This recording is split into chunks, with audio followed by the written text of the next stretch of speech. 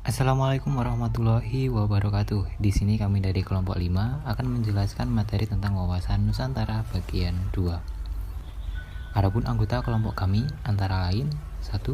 Devi Tri Anggraini, 2. Tasya Mustika Aulia, 3. Ahmad Bogi Mustafa, 4. Alfian Eka Rahmawati.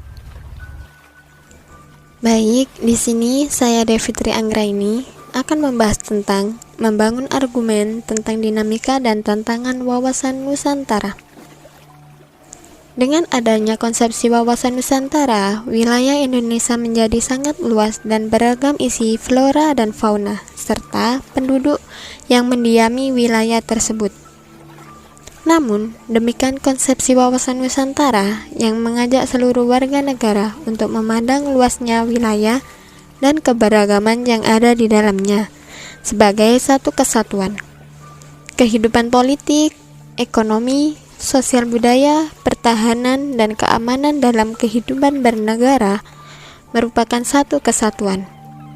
Dinamika yang berkembang itu misalnya jika pada masa lalu penguasa wilayah dilakukan dengan pendidikan militer, sedangkan pada masa sekarang lebih ditekankan pada upaya perlindungan dan pelestarian alam di wilayah tersebut.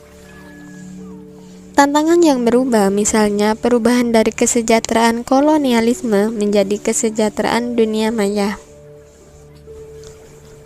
Luas wilayah Indonesia tentu memberikan tantangan bagi bangsa Indonesia untuk mengelolanya.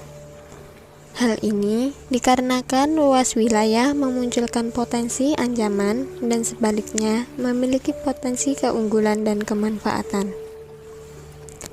Potensi keunggulan dan kemanfaatan atau potensi positif adalah potensi yang dapat digali, diolah, didaya gunakan, dan dimanfaatkan sebesar-besarnya untuk kemakmuran rakyatnya.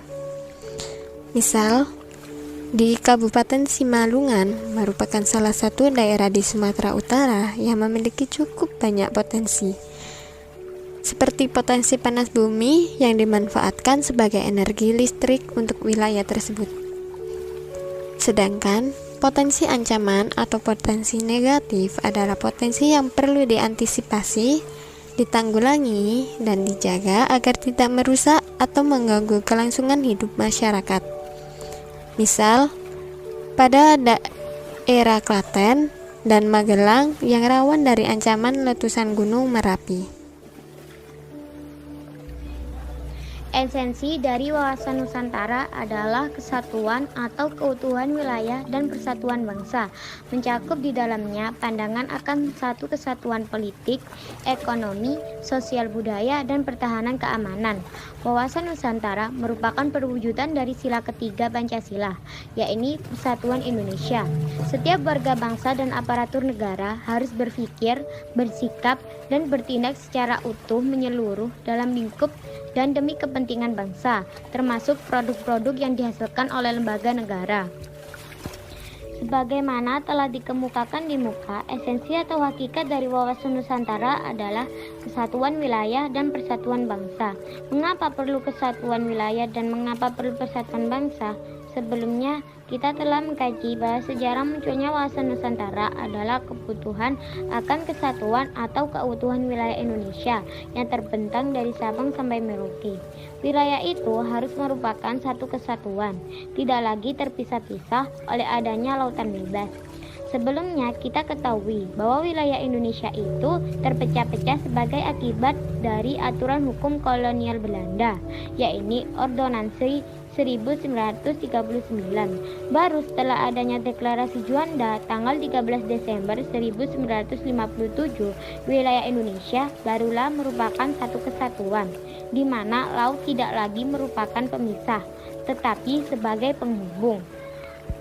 Urgensi wawasan Nusantara.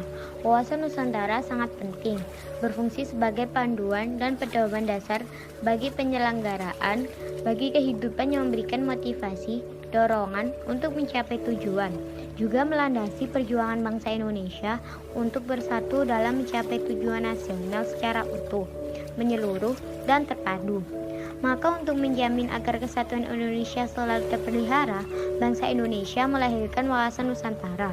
Pandangan itu adalah satu konsepsi geopolitik dan geostrategi yang menyatakan bahwa Kepulauan Nusantara yang meliputi seluruh wilayah daratan, lautan, dan ruangan angkasa di atasnya beserta seluruh penduduknya adalah satu kesatuan politik, ekonomi, sosial budaya, dan pertahanan keamanan. Wawasan Nusantara yang pada awalnya sebagai konsepsi kewilayahan berkembang menjadi konsepsi kebangsaan. Artinya, wawasan Nusantara tidak hanya berpandang keutuhan wilayah, tetapi juga persatuan bangsa. Bangsa Indonesia dikenal sebagai bangsa yang heterogen. Heterogenitas bangsa ditandai dengan keragaman suku, agama, ras, dan kebudayaan. Bangsa yang heterogen dan beragam ini juga harus mampu bersatu. Konsep wawasan Nusantara menciptakan pandangan bahwa Indonesia sebagai satu kesatuan wilayah merupakan satu kesatuan politik, sosial budaya, ekonomi, serta pertahanan dan keamanan. Atau dengan kata lain, perwujudan wawasan Nusantara sebagai satu kesatuan politik, sosial budaya, ekonomi, pertahanan, dan keamanan. Pandangan demikian penting sebagai landasan visional bangsa Indonesia, terutama dalam hal melaksanakan pembangunan. Perwujudan Kepulauan Nusantara sebagai satu kesatuan politik memiliki makna: 1. Bahwa kebulatan wilayah nasional dengan segala isi dan kekayaannya merupakan satu kesatuan wilayah, wadah, ruang hidup, dan kesatuan matra seluruh bangsa serta menjadi modal dan milik bersama bangsa. 2. Bahwa bangsa Indonesia yang terdiri dari berbagai suku dan berbicara dalam berbagai bahasa daerah serta memeluk dan meyakini berbagai agama dan kepercayaan terhadap Tuhan Yang Maha Esa harus merupakan satu kesatuan bangsa yang bulat dalam arti yang seluas-luasnya. 3. Bahwa secara psikologis bangsa Indonesia harus merasa satu, senasib, sepenanggungan, sebangsa, dan setanah air, serta mempunyai tekad dalam mencapai cita-cita bangsa. 4. Bahwa Pancasila adalah satu-satunya falsafah serta ideologi bangsa dan negara yang melandasi, membimbing, dan mengarahkan bangsa menuju tujuannya. 5. Bahwa kehidupan politik di seluruh wilayah Nusantara merupakan satu kesatuan politik yang diselenggarakan berdasarkan Pancasila dan Undang-Undang Dasar 1945. 6. Bahwa seluruh Kepulauan Nusantara merupakan satu kesatuan sistem hukum dalam arti bahwa hanya ada satu hukum nasional yang mengabdi kepada kepentingan nasional. 7. Bahwa bangsa Indonesia yang hidup berdampingan dengan bangsa lain ikut menciptakan ketertiban dunia yang berdasarkan kemerdekaan, perdamaian abadi, dan keadilan sosial melalui politik luar negeri bebas aktif, serta diabdikan pada kepentingan nasional. Implementasi wawasan Nusantara dalam kehidupan politik akan menciptakan iklim penyelenggaraan negara yang sehat dan dinamis.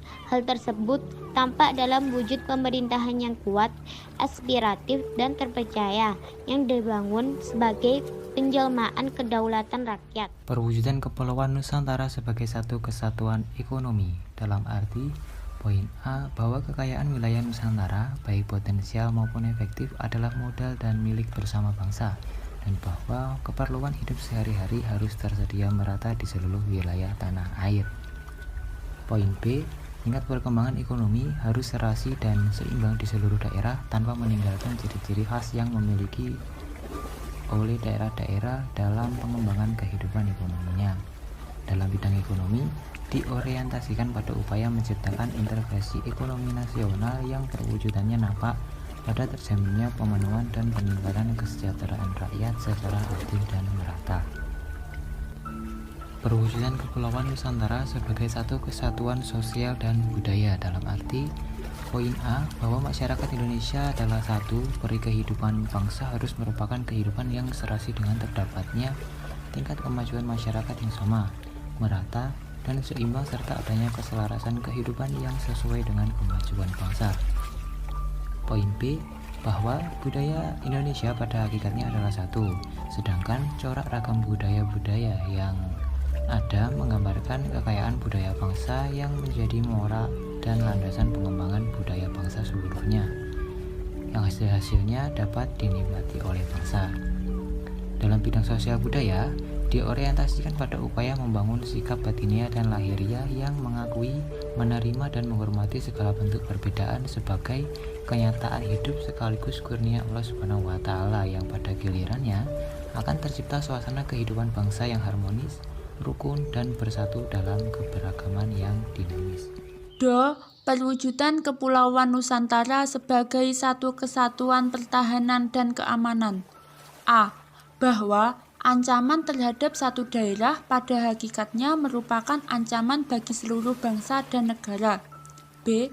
Bahwa tiap-tiap warga negara mempunyai hak dan kewajiban yang sama di dalam pembelaan negara.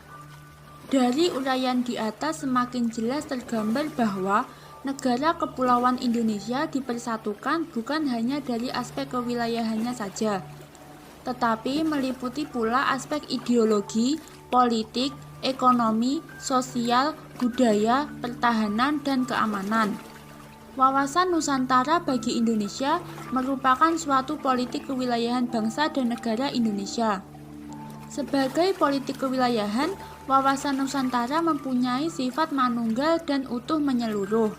Wawasan Nusantara bersifat manunggal artinya mendorong terciptanya keserasian dan keseimbangan yang dinamis dalam segenap aspek kehidupan, baik aspek alamiah maupun aspek sosial.